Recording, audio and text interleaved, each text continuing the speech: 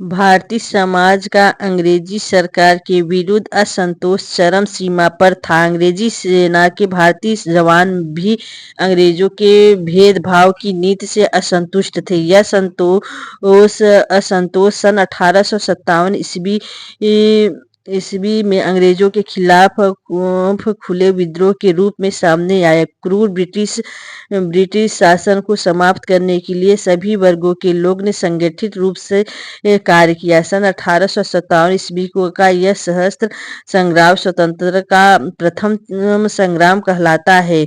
नाना साहब, रानी लक्ष्मीबाई, तात्या तोपे और बेगम हजरत महल जैसे शूरवीरों ने अपने अपने क्षेत्रों में अंग्रेजों के विरुद्ध युद्ध किया। बिहार में दानापुर में के क्रांतिकारियों ने भी 25 जुलाई सन 1857 ईस्वी को विद्रोह कर दिया और आरा पर अधिकार प्राप्त कर लिया। इन क्रांतिकारियों का नेतृत्व कर रहे थे वीर कुंवर सिंह।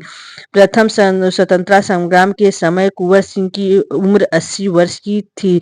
वृद्धावस्था में भी उनमें अपूर्व साहस, बल और पराक्रम था। उन्होंने देश का पराधीनता से मुक्त कराने के लिए दृढ़ संकल्प के साथ संघर्ष किया। अंग्रेजों की तुलना में कुंवर सिंह के पास साधन सीमित थे, परंतु वे निराश नहीं हुए। उन्होंने क्रांतिकारियों का संगठित किया। अपने साधनों का ध्यान में रखते हुए उन्होंने छापामार युद्ध की नीति अपनाई और अंग्रेजों को बार बार हराया। उन्होंने अपनी युद्ध नीति से अंग्रेजों के जन धन की बहुत क्षति पहुंचाई।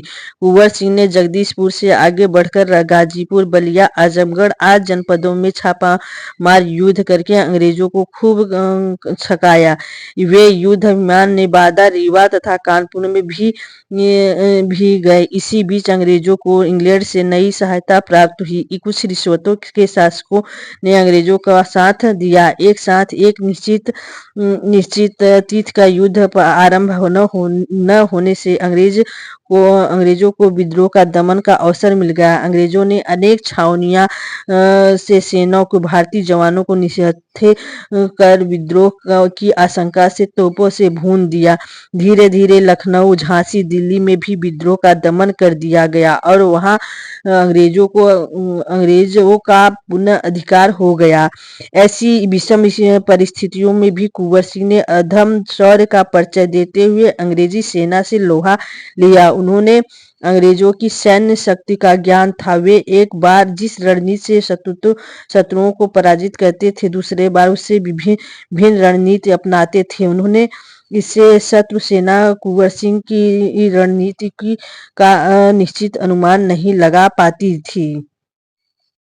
आजमगढ़ से 25 मील दूर अतरौलिया के मैदान में अंग्रेजों से जब युद्ध जोरों पर था, तभी कुंवर सिंह की सेना सोची समझी रणनीति के अनुसार पीछे हटती चली गई। अंग्रेजों ने इसी अपनी विजय साझा और खुशियां मनाई। अंग्रेजों की थकी सेना आम के बगीचे में ठहरकर भोजन करने लगे। उसी समय कुंवर सिंह की सेना ने अचानक आक्रमण कर दिया। शत्रु सेना सावधान नहीं थी।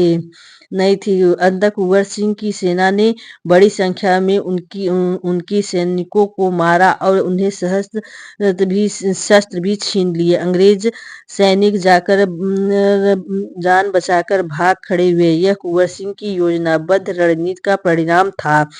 पराजय के समाचार से अंग्रेज बहुत चिंतित हुए। इस बार अंग्रेजों ने विचार किया कि कुंवर सिंह की फौज का अंत तक पीछा करके उसे समाप्त कर दिया जाए। पूरे दल बल के साथ अंग्रेजी सैनिकों ने पुनः कुंवर सिंह तथा उनके सैनिकों पर आक्रमण कर दिया।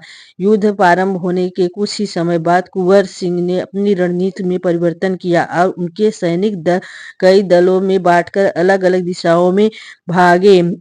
उनकी इस योजना से अंग्रेज सैनिक संशय में पड़ गए और वे भी कई दलों में बंटकर कुंवर सिंह के सैनिकों के पीछा करने लगे।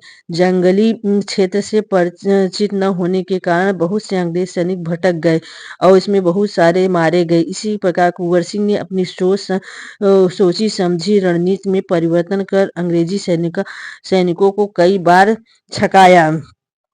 कुंवर सिंह इस रणनीति को अंग्रेजों ने धीरे धीरे अपनाना शुरू कर दिया। एक बार जब कुंवर सिंह सेना के साथ बलिया के पास शिवपुरी घाट से रात्रि के समय कश्तियों में गंगा नदी पार कर रहे थे, तभी अंग्रेजी सेना बहुत वहां पहुंची और अंधाधुंध गोलियां चलाने लगी। अचानक एक गोली कुंवर सिंह के बाह में लगी। इसके बावजूद वे अंग्रेज सैनिकों के घेरे से सुरक्षित निकलकर अपने गांव जगदीशपुर पहुंच गए। घाव के रक्तस्राव के कारण उनका स्वास्थ्य बिगड़ता चला गया और 26 अप्रैल 1858 को इस वीर और महान देशभक्त का देहावास हो गया। इसी प्रकार मंगल पांडे उस टाइम थे। मंगल पांडे, लक्ष्मीबाई, तात्या टोपे, ये सब अपने देश को आज़ाद करने के लिए सन 1857 ईस्वी में बहुत बड़ी क्रांतिकारी हो खुली आंदोलन भारतीय वासियों ने किए।